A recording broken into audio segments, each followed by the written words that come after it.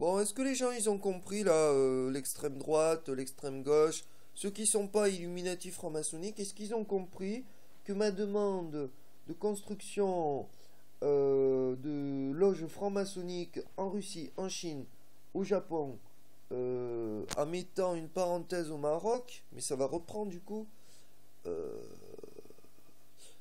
a été accusé réception. Hein? Le groupe de contact, c'est bien de ça dont il s'agit. C'est hors diplomatie. C'est sous prétexte de OSCE, mais en fait, le patron qui dirige les discussions, c'est pas l'OSCE, c'est moi. Donc, voilà. Donc, les loges maçonniques, ça permet, lorsque la diplomatie fait faillite, on le voit, leurs limites, qui sont très attachées à la géopolitique et non à la géostratégie, ce qui est différent.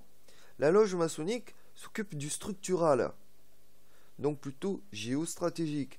Et la diplomatie, qui est importante quand même, avec Fabius, qui s'occupe du structurel, de la géopolitique. Vous voyez, nuance. Donc, ma demande sur différents Facebook, là, dernièrement, depuis 21/12/2013, avec Madame McGuinney qui a disparu, avec le œuf magique. Bref, tout ça, ça a été planifié par les États-Unis, la Russie, avec leurs alliés respectifs.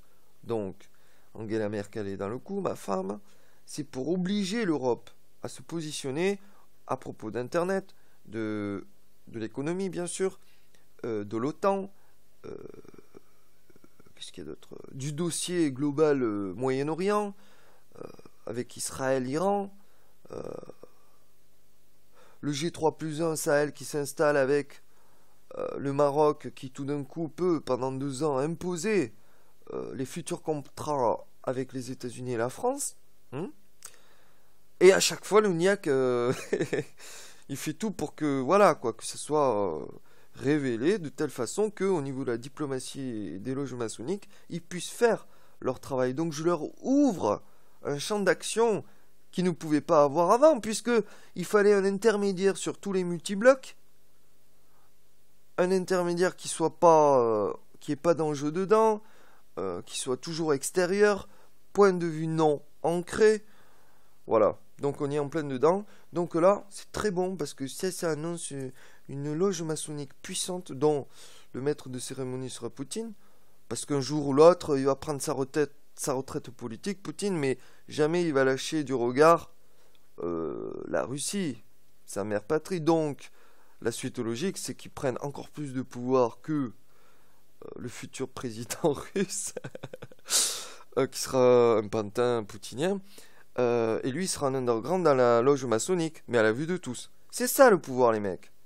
Moi, je distribue les pouvoirs, parce que je me casse sur Mars ou sur une exoplanète. Je vais récupérer toutes vos bombes atomiques en 2016, pour conforter la position de l'Iran qui va enrichir son uranium, non pas pour faire des bombes atomiques, mais pour passer des contrats en aérospatial multi-bloc latéral, ça veut dire avec Russie, Chine, États-Unis, l'Europe. Vous voyez les mecs ? Ah oui, ça devient puissant là. Personne n'a jamais vu ça au niveau depuis Rome, depuis César, personne n'a vu ça quoi.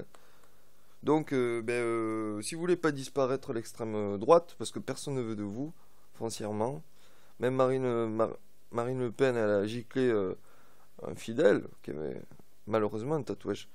Donc, à moins d'arracher la peau de tous les skinheads et tous les extrêmes droites.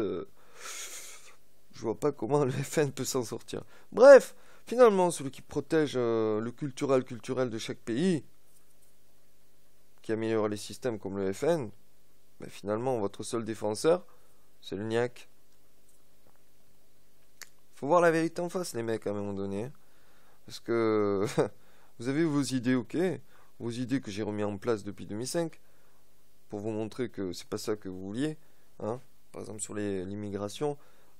Mais le seul vraiment qui concrètement défend l'identité culturelle, c'est moi. Hein. Il va falloir embrasser mes pieds, quoi. Bon, les fans.